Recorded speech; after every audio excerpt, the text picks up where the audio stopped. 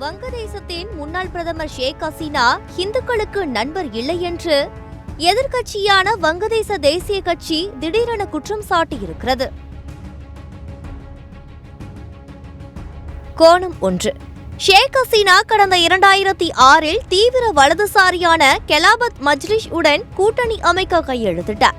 மேலும் ஹெக்பசாத்-இ-இஸ்லாமுடன் நெருக்கமாக இருந்தார்.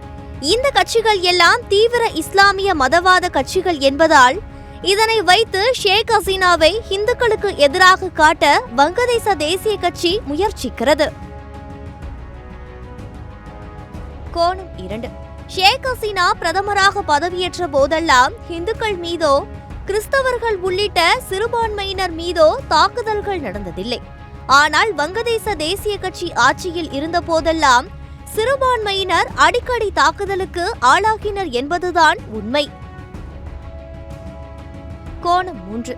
ஷேக் ஹசீனாவுக்கு எதிராக போராட்டம் நடத்தியவர்கள் அவர் நாட்டை விட்டு வெளியேறிய பின் சிறுபான்மையினர் வழிபாட்டு தலங்கள் மற்றும் வணிக தலங்கள் மீது கடுமையான தாக்குதல்களை நடத்தினர். இதனை மூடி மறைக்க வங்கதேச தேசிய கட்சி முயற்சிக்கிறது. இதனை திசை திருப்ப ஷேக் ஹசீனாவை சிறுபான்மையினருக்கு எதிரானவர் என்று காட்ட முயற்சிக்கிறது. கோணம் 4. வங்கதேசத்தில் தற்போது அமைந்திருக்கும் புதிய ஆட்சியானது சிறுபான்மையினர் மீதான தாக்குதலால் உலகில் தனிமைப்பட்டு நிற்கும் நிலை ஏற்பட்டிருக்கிறது. வன்முறை போராட்டம், தீ வைப்பு, கொலை கொள்ளை என்று போராடியவர்கள் இப்போது புதிய வேடம் போட்டுக்கொண்டு வருகிறார்கள்.